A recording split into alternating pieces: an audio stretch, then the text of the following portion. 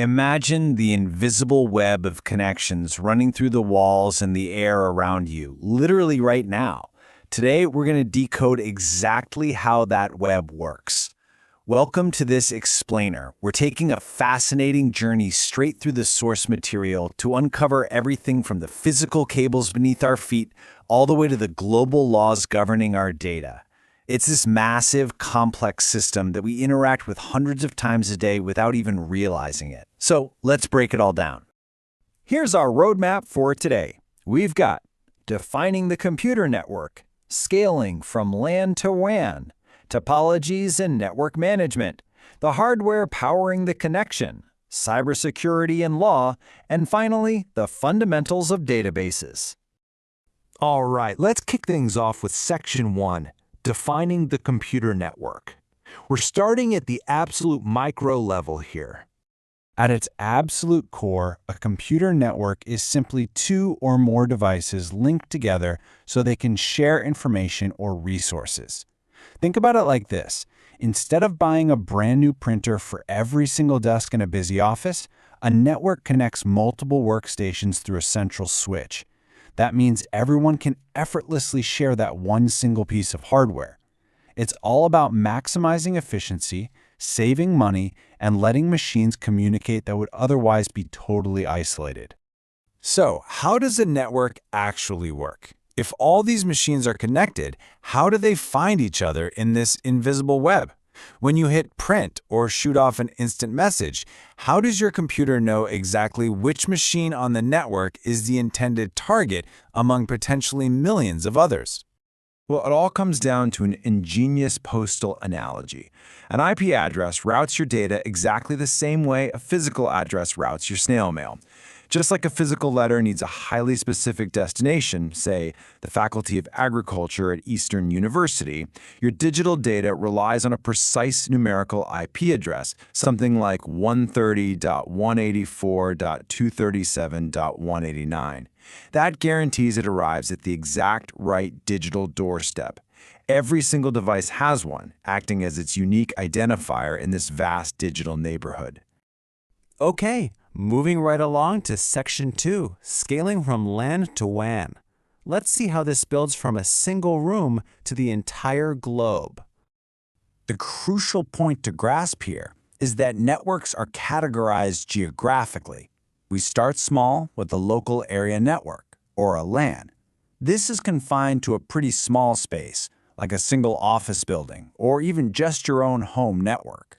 Step it up a level, and you've got a metropolitan area network, or MAN, connecting clients and servers across multiple buildings in an entire city.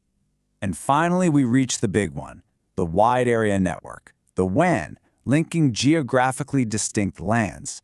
In fact, the internet you're using right now, it's literally just one massive, intricate WAN spanning the entire globe, connecting billions of devices in an instant.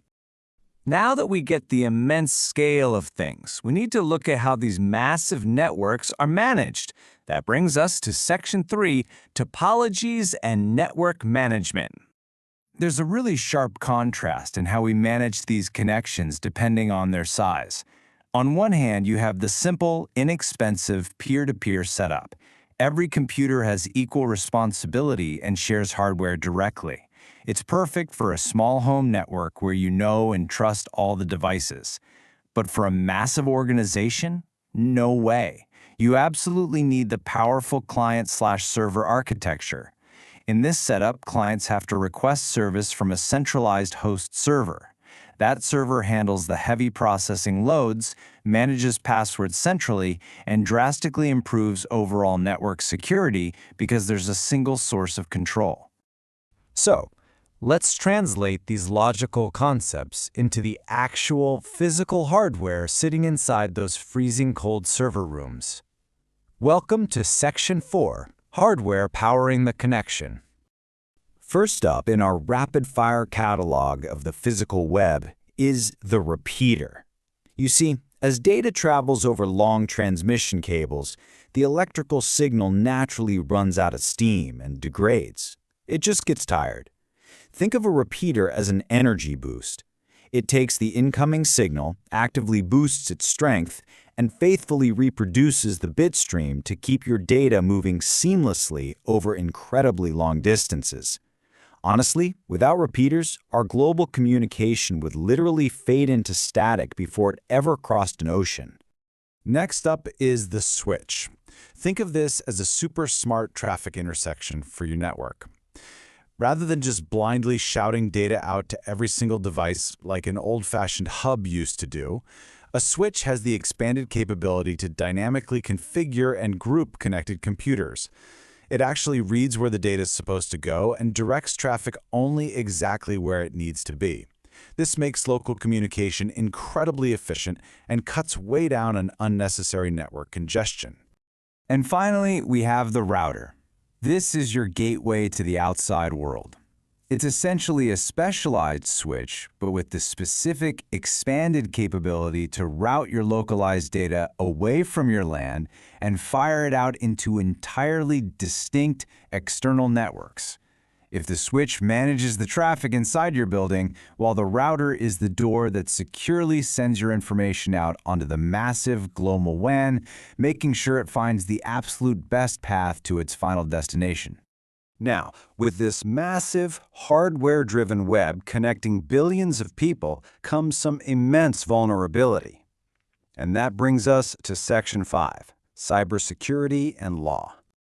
We really need to understand the specific threats hunting our systems, and there are two very distinct forms of malicious code to watch out for. First, viruses. These are the loud destructors. They aggressively infect your computer, replicate themselves rapidly, and cause severely corrupt or lost data. Spyware, on the other hand, is completely stealthy. It silently tracks your personal internet habits, covertly collecting your private information, your keystrokes, and your passwords, all without you ever even knowing it's running in the background. So what can you actually do about this? You've got to take specific, actionable steps to shield your personal infrastructure. Actively use antivirus software. Continually install those annoying but absolutely necessary security patches. Keep your firewalls enabled, and for the love of everything, use genuinely strong passwords. But honestly, the best defense of all is just to think before you click. If that online offer for a free vacation or a miraculous gadget looks too good to be true, it almost certainly is. Human error is usually the easiest doorway for malware. But how do we protect our data while it's actively in transit across the globe? That happens through the magic of encryption. We use a secret key to transform your readable original plain text into completely unintelligible ciphertext. Even if a bad actor manages to intercept your private message or credit card number while it's bouncing through a router somewhere, all they get is a scrambled mess of unrecognizable data. It's totally useless without your unique decryption key to put it all back together. Defending our personal computers and encrypting our data is really only half the battle, though. As the famous saying goes, cyberspace has complete disrespect for jurisdictional boundaries.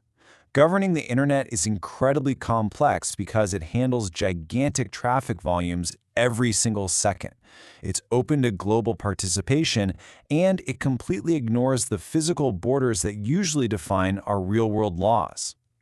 Because the internet ignores those borders, cyber law has to step in and handle wildly complex scenarios on a massive global scale.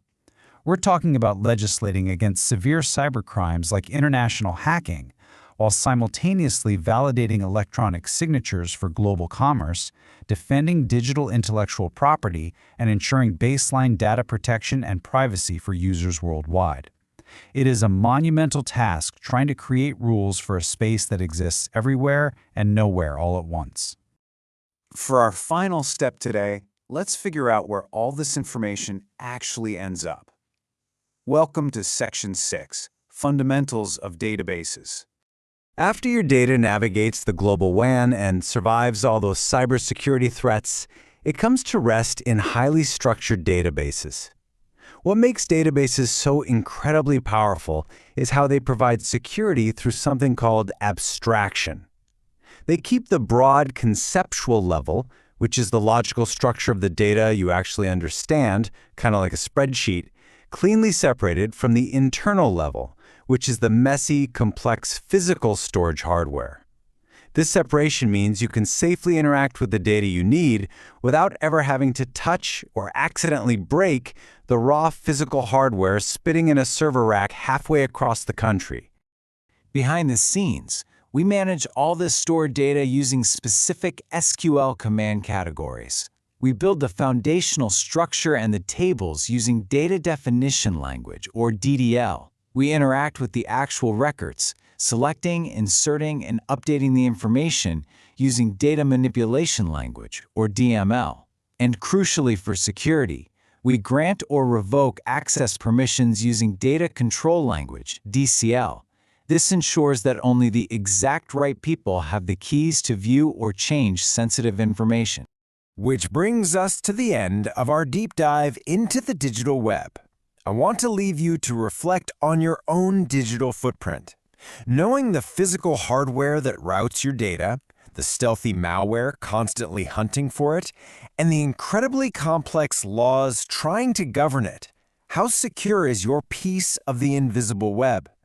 I highly encourage you to go review your security patches and update your passwords right after this.